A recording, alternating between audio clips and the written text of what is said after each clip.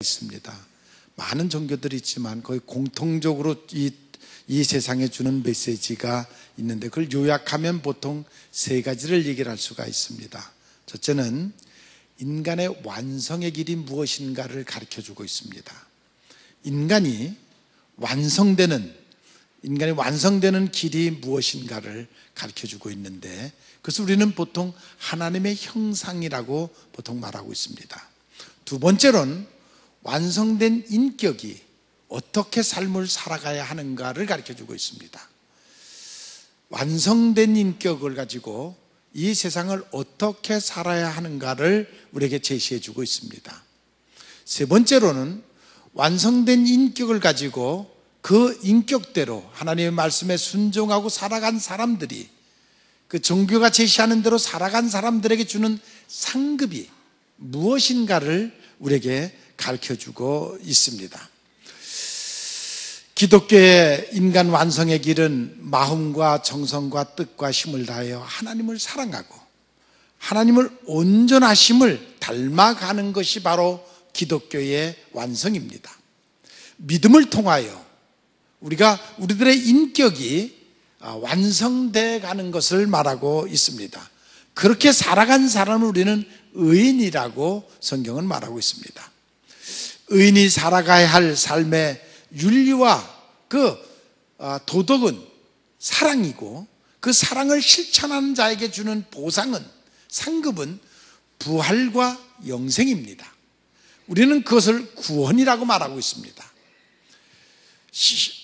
완성된 인격을 가지고 그 완성된 인격으로 살아가서 그 말씀에 순종하고 사는 사람들에게 주는 상급, 그것은 바로 부활이고 그것은 영생입니다. 우리는 그것을 구원이라고 그렇게 말하고 있습니다. 모세가 시내산에서 두 돌판을 받았습니다. 첫 번째 돌판은 1계명서부터 4계명이 되어 있는 돌판이었고, 두 번째 받은 돌판은 5계명서부터 10계명이 되어 있는 그 10계명의 두 개의 돌판을 받았는데, 첫 번째 받은 돌판은 마음과 뜻과 정성을 다하여 하나님을 사랑하고 하나님을 믿으라는 것이었습니다. 그것이 첫 번째 인간에게 주신 계명이었습니다. 두 번째 받은 계명은 네 이웃을 내 몸과 같이 사랑하라는 계명입니다. 즉, 첫 번째 계명은 하나님을 믿으라는 계명이고, 두 번째 계명은 이웃을 내 몸과 같이 사랑하라는 그러한 계명이었습니다. 이것이 바로 하나님이 인간에게 주신 그러한 계명입니다. 오늘은 하나님을 향한 우리의 믿음에 대한 얘기를 좀 하려고 합니다. 우리 모두가 기도를 하고 삽니다. 기도하는 사람들입니다. 기독교인들을 기도하는 사람이라고 합니다. 우리가 기도를 하는데, 근데 그 기도가 응답받는 기도가 있고 응답받지 못하는 기도가 있습니다. 그래서 우리는 아주 간단하게 말해서 어떤 사람은 기도가 응답을 받고 어떤 사람은 왜 기도가 응답받지 못하느냐 할 때 그것을 한마디로 기도의 능력이라고 말합니다. 기도가 능력 있는 사람은 응답을 받고 기도의 능력이 없는 사람은 응답을 받지 못한다라고 말합니다. 즉, 기도가 하늘로 올라가다가 끝까지 힘있게 올라가는 사람은 하나님께 상달이 되고, 기도가 흐지부지해갖고 힘이 없어서 무너지면 하나님 앞에 상달이 되지 않는다라고 말합니다. 기도할 때 보면 물론 초신자들은 자기 중심의 기도를 합니다. 내가 하는 일이 잘 되게 해달라고 그러고, 나에게 건강을 달라고 그러고, 내 가족을 지켜달라고 그러고, 내가 당한 문제를 해결해달라고 그렇게 기도. 신앙이 조금 큰 사람은, 좀 힘이 있는 사람은 교회와 이웃과 세계 평화와 그리고 뿐만 아니라 선교를 위해서 기도합니다. 그 기도는 좀 깊고 넓고 한 능력 있는 기도라고 우리가 보통 그렇게 말하고 있습니다. 우리가 전도를 할래도 기도가 필요하고, 물론 그 기도는 능력 있는 기도가 되어야 됩니다. 힘 있는 기도가 될 때 우리가 그 기도가 응답을 받습니다. 마태복음 17장에 보면 귀신 들린 자식을 데리고 아버지가 찾아왔습니다. 그리고 그 자식을 고쳐달라고 제자들에게 말했습니다. 그때 당시 상황은 예수님은 세 제자들을 데리고 변화산 꼭대기에 올라가서 놀라운 기적과 환상을 그들에게 보여줬습니다. 그런데 밑에 있는 제자들이 있었는데 그 제자에게 그 아버지가 귀신 들린 자식을 데리고 와서 그 자식을 고쳐달라고 했습니다. 그러나 그 제자들은 그것을 고치지 못했습니다. 그것을 고쳐줬더라면 얼마나 큰 기쁨이 되고 또 그것을 위해서 많은 사람들을 전도할 수 있는 좋은 기회가 됐지만 그들은 그것을 고쳐주지 못했습니다. 능력 있는 기도, 얼마나 내 안에 영혼이 축적되어 있냐, 성령이 축적되어 있느냐, 그것이 바로 우리에게 힘이 되고 그것이 능력 있는 기도가 될 수 있습니다. 우리가 그러기 위해서 먼저 중요한 것이 있는데 그것은 그 아픔을 당하는 사람의 아픔을 함께 느낄 수 있어야 된다는 것입니다. 고통상하는 사람의 그 고통을 함께 느낄 수 있을 때 간절함이 있게 되고 그 간절함은 능력으로 변할 수 있다는 것입니다. 제가 지난 금요일 날 그제 목욕탕을 갔었댔어요. 그런데 가니까 몸은 다 청년들인데 정신연령은 4-5살 먹은 애들이에요. 걔들이 10명이 왔더라고요. 선생님 2분이 5명씩 책임을 지고 10명을 데리고 왔더라고요. 목욕탕 아닌 난장판이에요. 애들이 얼마나 좋아요. 목욕탕에 들어오니까 이리 뛰고 저리 뛰고 좋아서. 근데 말을 못해 애들이. 그 지능도 부족할 뿐만 아니라 언어장애까지 있어요. 그래갖고 개성을 질러요. 그냥 서로 통하는 거예요. 막 개성을 질러요. 한 애가 막 옆에 애한테 뭐라고 막 개성을 지르면서 얘기하는데 옆에 아이는 또 아무 관심도 없어요.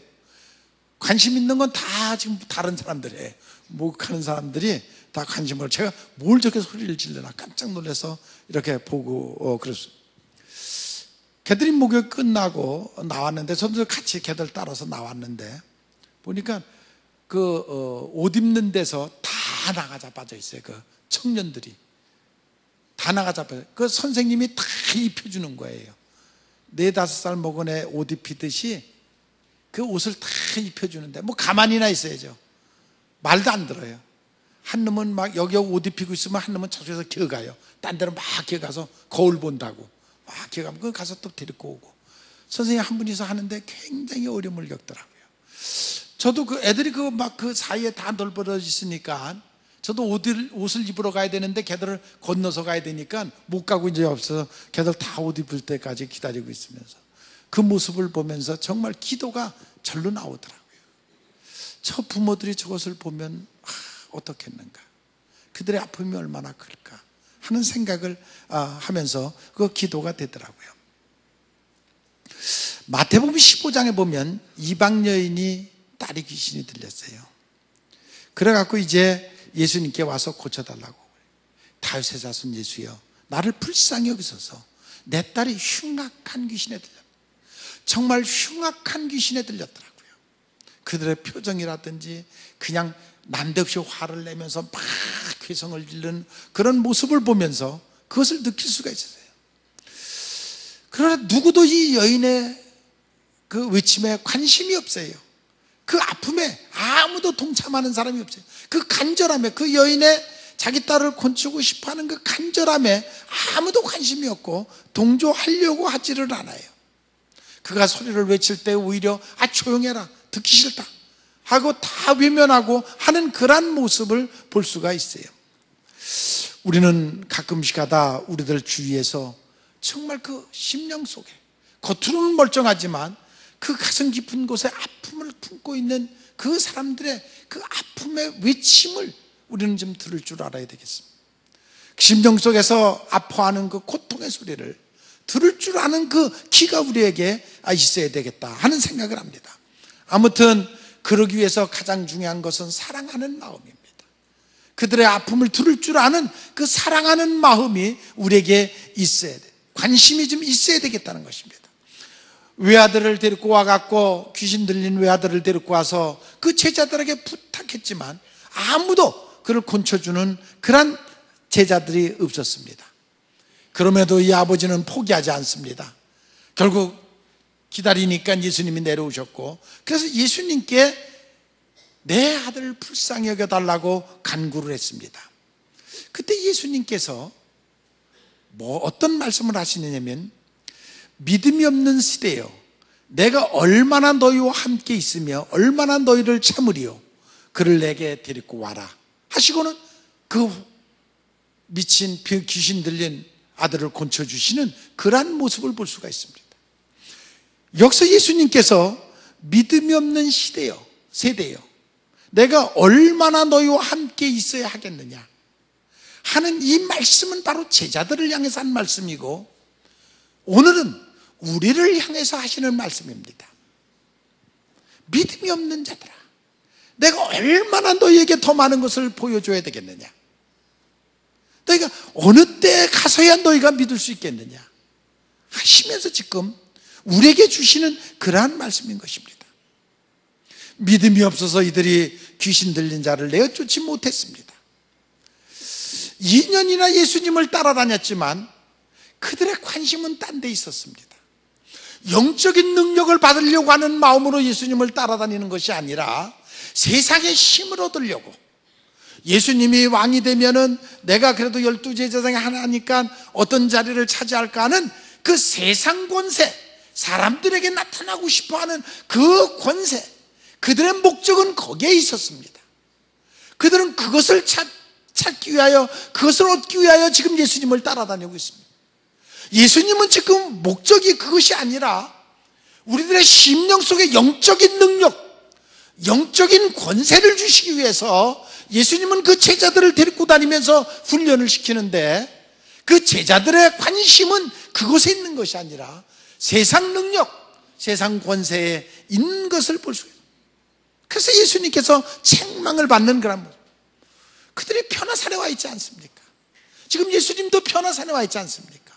너희들 여기서 깨어서 기도하라고 하지 않았습니까? 그리고 또 그 세 제자들에게는 놀라운 환상과 기적도 보여주지 않았습니까? 그럼에도 그들은 기도하지 않고 그들의 관심사는 세상에 있었기에, 영적인 세계, 이 변화산에서 나타나는 그 신령한 영적인 세계에는 그들이 관심이 없었습니다. 그러니까 그들에게 믿음의 능력이 나타나지 않는 그러한 모습을 우리는 볼 수가 있습니다. 지금 예수님께서 제자들을 책망하는 것을 우리는 충분히 이해가 갑니다. 예수님이 볼 때는 얼마나 답답합니까? 지금 예수님 우리들을 볼 때 어떻습니까? 우리에게 주시는 책망인 줄 알고 우리가 그 말씀을 받아야 된다는 것입니다. 민수기 14장에 보면 여호와께서 모세에게 이르시되, 이 백성이 어느 때까지 나를 멸시하겠느냐, 내가 그들 중에 모든 이적을 행한 것들도 생각하지 않고 어느 때까지 나를 믿지 않겠느냐. 광야 40년을 데리고 다니면서 수없이 많은 기적과 이적, 만나와 메추라기를 통해서, 또한 반석을 치는 샘을 통해서 그 보여줬는데도 그들이 그 많은 기적과 이적을 보면서도 나를 믿지 않는다는 것입니다. 그러니까 예수님, 지금 하나님이 지금 모세에게 하는 말이, 이 백성이 나를 무시하는도다, 멸시하는도다. 믿지 않는 것을 하나님은 나를 멸시한다고 보고, 수없이 많은 기적과 이적을 행했음에도 불구하고 나를 믿지 않는 것은 그 백성이 나를 멸시하는 것이다. 지금 그렇게 말씀하시는 것입니다. 예수님이 아이에게 귀신을 내어 쫓기 전에 그 아버지에게 먼저 묻습니다. 그 아버지에게 믿음을 요구하십니다. 그러니까 이 아버지가 말하기를, 내가 믿나이다, 나의 믿음 없는 것을 도와주소서, 그렇게 대답을 합니다. 내가 믿나이다, 예수님께서 이 환자를, 내 아들을 고칠 것을 내가 믿나이다. 그러나 나에게는 믿음의 힘과 능력이 없습니다.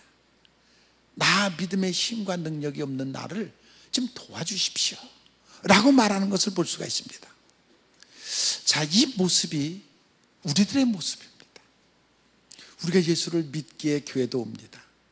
예배도 드립니다. 누가 봐도 우리는 예수 믿는 사람들입니다. 그런데 우리들에게 능력이 없습니다. 영적 힘이 없습니다. 지금 이 아버지가 고백하듯이 내가 믿나이다. 근데 내게 힘이 없습니다. 힘없는 나를 좀 도와주세요 하고 구하듯이 이 구함이 바로 우리의 구함이 될 줄로 믿습니다. 우리가 정말 모습은 있는데 분명히 예수 믿는 사람들인데 우리에게 그 능력이 없습니다. 힘이 없습니다. 영적 힘이 없습니다. 이 영적 힘이 없는 것을 도와달라고, 채워달라고 구하시는 여러분들이 되시기를 바랍니다. 오랫동안 교회를 다니고 신앙생활을 하는데도 지금 내 속이 비어 있습니다. 영적 능력이 비어 있습니다. 이 고백이 바로 우리의 고백이 되어야 됩니다. 기도의 응답은 믿음의 역사입니다. 믿음의 기도에 능력이 나타나는 것입니다. 혈루증 걸렸던 여인이 예수님을 만지기만 하면 날 것 같아서 몰래 와가지고 예수님의 뒤에서 옷자락을 잡았습니다. 그때에 아무도 모르는데 예수님께서 누가 나를 잡았느냐, 내 능력이 나갔는지라. 예수님은 아십니다. 영적 능력이 나간 것입니다. 부족한 정도 가끔씩 기도할 때에, 간절히 기도할 때 확신이 올 때가 있습니다. 능력이 나감을 느낄 때가 있습니다. 마치 이것은, 저는 늘 그런 얘기를 합니다. 그 본인의 믿음, 정말 하나님을 향한 본인의 믿음, 그리고 중보자의 간절함, 그리고 하나님의 뜻, 이것이 삼위가 일체됐을 때 그 기도는 응답받는 기도가 된다. 여러분 믿습니까? 그것이 하나가 됐을 때, 일치할 때 그 기도는 능력이 나가고 역사가 이루어지고 응답받을 줄로 믿습니다. 이 능력 있는 기도가 주님이 함께 할 때, 주님이 내 안에 계실 때, 역사할 때 나타나는 것입니다. 여리고에 삭개오라는 사람이 있습니다. 그 사람은 세리장입니다. 그에게 큰 고민이 있습니다. 세상적으로는 부족할 게 없습니다. 돈도 많고 권세도 있고 부족할 것이 하나도 없는데 그 영적인 고민이 그에게 있습니다.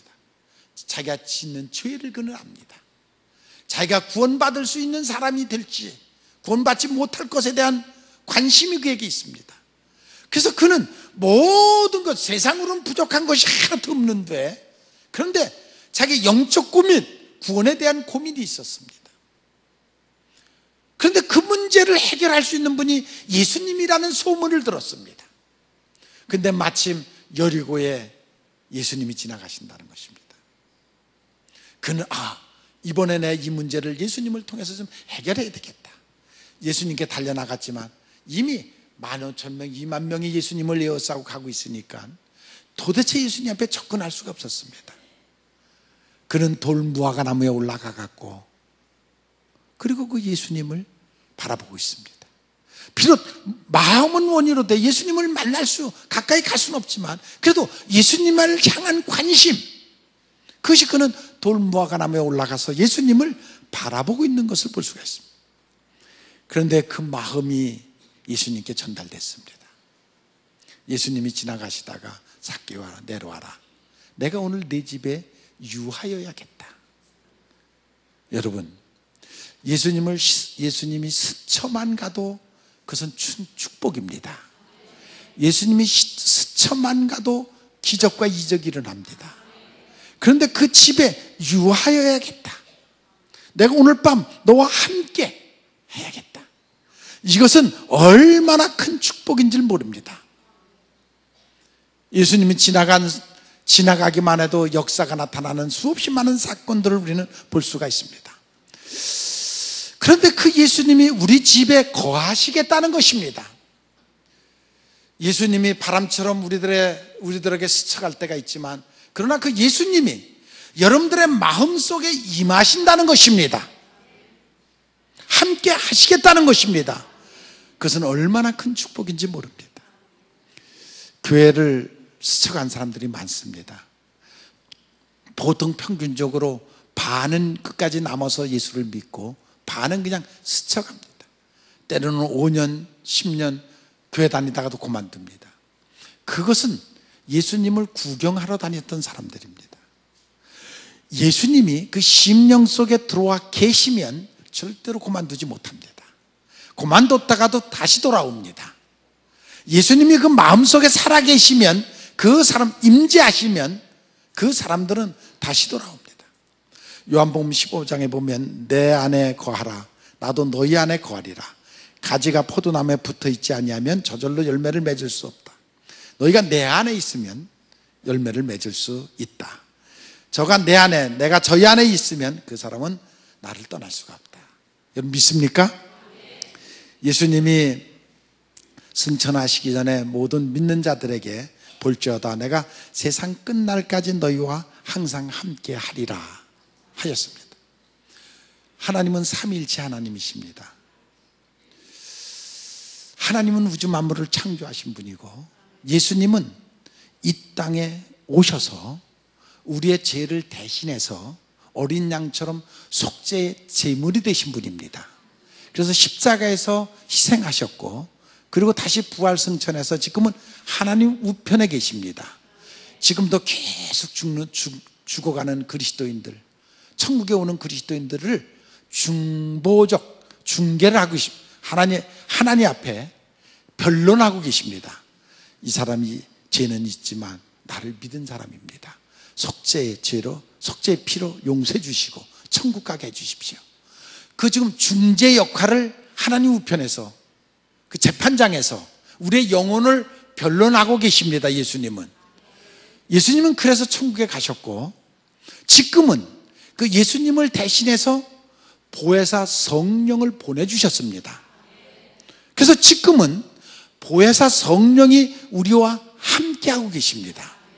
그 성령은 바람처럼 불처럼 그냥 눈에 보이는 예수님이 아니라, 인간의 형상을 입으신 예수님이 아니라 바람처럼 불처럼 우리들의 심령 속에 임하시는 성령입니다.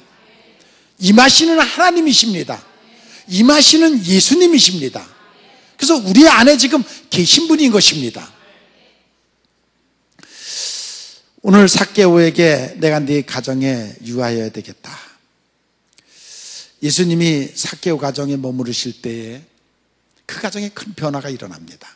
삭개오는 여리고성이 큰 도시입니다. 저는 그걸 몇 번씩 가봤는데 또 그 삭개오가 올라왔다는 나무도 물론 오래된 나무인데 그건지 몰라도 거기서 뿌리에서 나오고 그래서 있다고 하는 그 나무, 엄청나게 큰 나무가 있는데 아무튼 세리장이었으며 그는 많은 사람들의 세금을 늑탈한 사람입니다. 즉 로마의 명령을 받아서 얼마를 걷어와라. 그러면 거기다가 5배, 6배 막 해갖고 세금을 걸어서 로마에 갖다 바치고 나머지는 자기가 다 착복한 그런 사람이었습니다. 그런데 그 사람의 가정에 예수님이 가신 것입니다. 그는 자기의 살아온 과거를 뉘우치고 회개하고 새로운 사람으로 변하는 것을 볼 수가 있습니다. 예수님이 머무를 때에 사람은 변합니다. 인간의 생각으로 작심, 각오, 결심 그거 갖고는 안 됩니다. 예수의 영이 여러분들 심령 속에 들어오셔야만 여러분들이 변할 수 있습니다. 내 힘으로, 내 결심으로 해봤잖아요. 10번, 100번 해봤잖아요. 안 되잖아요. 근데 왜 못 깨달아요? 그대로 살 수는 없잖아요. 변해야 되잖아요. 그 변하는 방법이 예수의 영이 내 속에 들어와야만 변합니다. 그것만이 나를 변할 수 있습니다. 그 예수의 영이 여러분들의 심령 속에 머물러야 됩니다. 손님으로 스쳐가는 것이 아니라, 내 종으로 부리는 것이 아니라 나의 왕으로, 내 인생의 주인으로 그 예수님이 여러분들의 심령 속에 임하셔야만 변합니다. 그래 여러분들의 삶이 변하고 여러분들이 축복받는 삶을 살 수가 있습니다. 여러분 믿으시기 바랍니다. 그것을 믿어야 됩니다. 그래 여러분들이 복받는 인생을 살아갑니다. 내 속에 있는 불평, 불만, 그 남을 미워하고 이 모든 것들이 사라지게 하기 위해서는 빛이 들어와야 됩니다. 그 빛이 들어왔을 때 시기와 증오와 거짓과 이 모든 것들이 사라지고 오히려 그 안에 기쁨과 감사가 넘치는 새로운 인생으로 속부터 변해야 됩니다. 그래 우리의 겉모습도 변할 수가 있습니다. 마귀가 여러분들의 마음을 지금 점령하고 있으면, 그 마귀가 여러분들의 마음을 점령하고 있으면 여러분들의 마음이 왜 그런지, 세상에서 쾌락을 누리고 다 잘 되는 것 같은데도 왜 그런지 불안해요. 그리고 꼭 도둑 사기당한 기분이에요. 왜 그러냐면 여러분들의 마음을 마귀가 점령하고 있기 때문이에요. 그래서 괜히 불안하고, 왜 그런지 불안하고 자기 자신이 사기당한 것 같은 그런 안정이 되지를 않아요. 그게 마귀가 여러분들의 마음을 점령하고 있기 때문에. 그러나 주님이 여러분들의 마음을 점령하면 공포가 사라지고 마음에 평화가 와요. 환경이 그렇지 않은데도, 여러 가지 어려움이 있는데도, 그런데도 정말 모든 것이 협력해 선을 이룰 줄 아는 믿음이 생기고 마음에 평화가 옵니다. 마음에 기쁨을 줍니다. 예수님이 하신 말씀에 내가 너희에게 기쁨을 주러 왔노라. 정말 예수님 우리에게 기쁨을 주러 오신 분인 것입니다. 그러니까 그 예수님을 만나야 행복하고 기쁨이 있고 보람이 있습니다. 그래서 주님이 여러분들과 함께 하기를 바랍니다. 뭔가 영적인 기간, 정말 주님이 나와 함께 하기를 원하는 간절함이 여러분들에게 있기를 바랍니다. 예수님께서 목마르거든 내게 와라. 네 심령 속에서 생수의 샘이 터지게 하리라. 생수의 샘이 터져야 우리에게 기쁨이 있습니다. 광야 같은 세상이라 할지라도 주님이 함께 하시면, 성령이 내게 오시면 생수의 샘이 여러분들의 심령 속에 터질 줄로 믿습니다. 그래서 병든 자가 고침을 받습니다. 왜? 성령이 내게 함께 있으면 의로운 빛이 돼서 그 암균, 그것을 죽이는 역사를 일으켜내는 것입니다. 그래서 육체, 마음, 정신이 건강해질 수밖에 없습니다. 어떻게 보면 모든 병의 근원은 죄로부터 오는 것입니다. 에이즈나 암이나 각종, 저는 요즘 뉴스를 들으니까 호주가 동성연애를 인정했다 하는 그런 얘기를 들었습니다. 저는 그걸 들을 때마다 늘 여러분들에게 말씀드리지만, 성경에 보면 인류 역사의 정말 마지막 심판이 바로 이 동성연애에서부터 옵니다. 수간, 망정인 짐승과 같이, 짐승하고 같이 성교제를 하고, 이것이 인류의 종말의 마지막 모습들입니다. 그런데 지금 그것을 전 세계가 인권이라는 이름 안에서 그것을 인정하려고 합니다. 여러분, 물론 성격적으로 그렇게 타고나는 사람들이 있습니다. 그러면 그것은 그냥 음성적으로 내버려 두면 되는 것입니다. 그것을 합법화시켜서 그것이 아무것도 아닌 것처럼, 옳은 것처럼 왜 그것을 합법화시켜 놓으면 멀쩡한 젊은이들도, 군인들도 서로 그 동성을 하면서도 아무 채찍을 느끼지 않습니다. 왜 세상이 이렇게 가고 있습니까? 왜 이렇게 미쳐가고 있습니까? 많은 사람들이 지금 미쳐가고 있습니다. 인권이라는 잘못된 그 사고 속에서 세상이 지금 미쳐가고 있습니다. 그것을 합법화할 이유가 뭐가 있습니까? 성격이 그러면 성격 그대로 음성화시키면 되지. 그것을 책망 안 하면 되지. 그것을 법적으로 옳은 것처럼. 지금 이렇게 세상이 미쳐가고 있습니다. 세상 산다는 것, 우리가 여러 가지 많은 풍파를 만날 수 있습니다. 그러나 그럴 때마다 정말 우리에게 중요한 것은 주님 뜻을 찾는 여러분들이 되시기를 바랍니다. 주님을 여러분들의 마음속에 모시고 살아가는 정말 그러한 여러분들의 삶이 되시기를 바랍니다. 그래서 우리의 생각, 성품, 생활이 점점 주님의 모습을 닮아가는 여러분들이 되시기를 바랍니다. 열매가 서서히 익어가듯이 여러분들의 영적인 그 영원히 하나님 안에서 서서히 익어가는 그런 여러분들이 되시기를 바랍니다. 비록 몸은 세상에 살고 있지만 마음은 하늘의 것, 신령한 것을 찾는 여러분들이 되시기를 바랍니다. 우리는 순례자입니다. 나그네입니다. 우리는 이 땅에 머물렀다 가는 사람, 또 후대가 머물렀다 가고 계속 머물렀다 가는 그런 것입니다. 우리들의 궁극적인 소망, 그것은 행복은 하늘에 있습니다. 천국에 있습니다. 그것을 바라보는 여러분들이 되시기를 바랍니다. 주님이 함께 하실 때 우리는 두려움 없는 인생을 살아갈 수가 있습니다. 예수님이 나는 부활이요 생명이니 나를 믿는 자는 죽어도 살겠고 무릇 살아서 나를 믿는 자는 영원히 죽지 않을 것이다. 믿으시기를 바랍니다. 우리의 마음이 빈 항아리 같았습니다. 아니, 오랜 세월 빈 항아리로 살아왔습니다. 그래서 미세먼지가 끼듯이 쌓이듯이 우리들의 마음속이 세상 것으로 가득 찼습니다.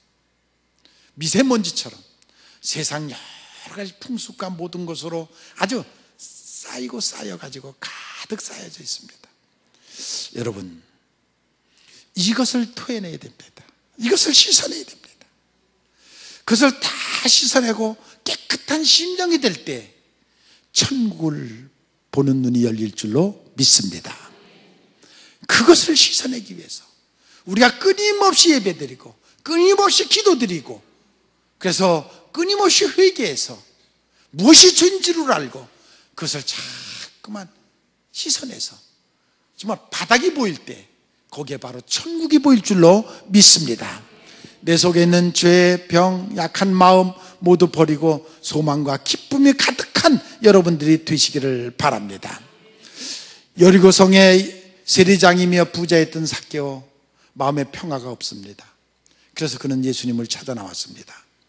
그는 무엇보다도 영혼 구원, 영생에 대한 갈증이 있었습니다. 사람은 누구나 다 인생 행로에서 반드시 예수님을 만나야 됩니다. 이 세상 아무리 누구를 만나도, 아무리 훌륭한 사람, 아무리 높은 사람 만나도 그 사람이 예수님을 만나지 못했으면, 성령을 마음에 모시지 못했으면 그 사람은 실패한 인생입니다. 여러분들 모두가 반드시 예수님을 만나고 성령을 여러분들의 심령 속에 모시는 여러분들이 되시기를 바랍니다. 예수님을 만나서 변화받은 사람, 예수님 시대에만 해도 거라사에 귀신 들렸던 사람, 우물가에 창녀, 사마리아 여인, 열문둥병자들, 밧세바 못에 있던 38년 된 병자, 로마의 백부장, 십자가에 같이 달렸던 강도, 가늠하다 현장에서 잡힌 여인들, 그 역사는 지금도 계속 이어져서, 그런 역사는 지금도 계속 2000년 동안 이어져 가고 있습니다. 예수님은 지금도 여러분들의 심령 속에 오셔서 마음의 문을 두들기십니다. 문 좀 열어라. 내가 좀 들어가자. 그리고 내가 네 마음의 주인으로 너를 복받는 길로 인도하겠다. 그 음성을 들으시기 바랍니다. 그리고 주 예수여 어서 오십시오. 내 마음의 주인이 되시고 나는 그 말씀에 순종하겠나이다. 여러분들의 마음에 그렇게 변할 때 여러분들의 삶이 변하고 가정이 변할 줄로 믿습니다. 에녹 같은 사람은 그 예수님을 만나서 죽을 때까지 동행했다라고 말하고 있습니다. 여러분 모두가 주님과 간절한 대화를 해야 되고 그 대화가 바로 성령의 교제인 것입니다. 그것이 바로 기도인 것입니다. 믿음이 있을 때 그 기도가 이어지는 것입니다. 에스겔서 37장 5절에 보면 주 여호와께서 이 뼈들에게 이같이 말씀하시기를 내가 생기를 너희 속에 들어가게 하리니 너희가 살아나리라. 생기를 너희 속에 들어가게 하리니 너희가 살아나게 하리라. 이 생기가 바로 성령입니다. 이 성령이 너희 속에 들어가야 너희가 네 영혼이 살아나고 네 영혼이 거듭나고 네 영혼이 능력 있는 사람으로 변할 수 있다는 것입니다. 14절에 에스겔서 30장 14절에 보면 내가 또 내 영을 너희 속에 두어 너희가 살아나게 하리라. 영을 너희 속에 두어. 여러분, 이 성령을 여러분들이 받으시기를 바랍니다. 이 성령이 여러분들의 마음속에 주인이 되시기를 바랍니다. 하나님은 삼일체 하나님이십니다. 지금도 성령을 통해서 우리 가운데 역사하고 계십니다. 성령을 통해서 우리는 하나님을 만날 수가 있고, 그 성령을 통해서 능력을 받을 수가 있고, 그 성령을 통해서 지혜를 받을 수가 있습니다. 사도행전, 여러분 우리가 사도행전을 봅니다. 사도들의 행적을 쭉 기록한 것입니다. 그러나 그 사도행적은 그 지금 성경에 나와 있는 거기서 끝난 것이 아니라, 그건 예수님 시대에서 끝난 것이고, 그 사도행적을 우리는 지금도 계속 쓰고 있는 것입니다. 지금도 성령이 각 교회, 각 심령 속에서 역사하고 있는 그 행적을 우리는 지금 사도행적을 계속 쓰고 있는 것입니다. 성령의 역사를 우리는 계속 쓰고 있는 것입니다. 성령이 여러분들을 통해서 나타나는 기적의 역사를, 그 행적을 우리는 지금 계속 쓰고 있는 것입니다. 그 체험을 우리는 계속 고백해 가야 된다는 것입니다. 기독교의 주체는 하나님을 믿는 것이고 이웃을 사랑하는 것입니다. 여러분들이 능력 있는 그리스도인들이 될 때, 아니 믿음이 있는 그리스도인들이 될 때 하나님을 사랑할 수가 있고 믿을 수가 있고, 또한 이웃을 사랑할 수가 있게 됩니다. 하나님의 믿음에서부터 기독교의 역사는 나타나는 것이고, 그리고 생명이 살아나는 것이고, 여러분들의 삶에 변화가 일어날 수가 있습니다. 그 성령이 세리장 삭개오에게 임할 때 그의 삶이 변한 것처럼 여러분들의 삶이 변하기를 원합니다. 우리는 예수님을 구경하러 온 구경꾼들이 아닙니다. 10년, 20년 구경꾼은 그냥 구경꾼으로 끝납니다. 하나님의 영이 여러분들의 심령 속에 임하셔야 됩니다. 예수님이 삭개오의 집에 유하셨던 것처럼 하나님의 영이 여러분들의 심령 속에 주인으로 오셔야 됩니다. 그래 여러분들이 변할 수가 있고 놀라운 역사가 일어날 수가 있습니다. 그것이 바로 수지 맞는 일입니다. 성령이 여러분들의 마음속에 오셔서 주인으로 계시면 여러분들이 만사가 형통합니다. 믿습니까? 대답하는 거 보니까 아직 멀었어요. 아직 멀었어요. 아직 멀었어요. 수지만 제가 왜 이런 얘기를 할 수 있습니까? 저의 간증입니다. 고백입니다. 저의 체험이기에 제가 여러분들에게 얼마든지 이 얘기를 할 수가 있습니다. 여러분 믿으십시오. 그 영이 여러분들의 삶의 주인이 되게 하십시오. 그리고 여러분들의 삶을 이끌어가게 하십시오. 항상 성령의 도우심을 받고 모든 것이 협력하여 선을 이루시는 놀라운 기적을 체험하는 여러분들이 되시기를 바랍니다. 그 영을 모시는 여러분들이 되시기를 주님의 이름으로 축원을 합니다.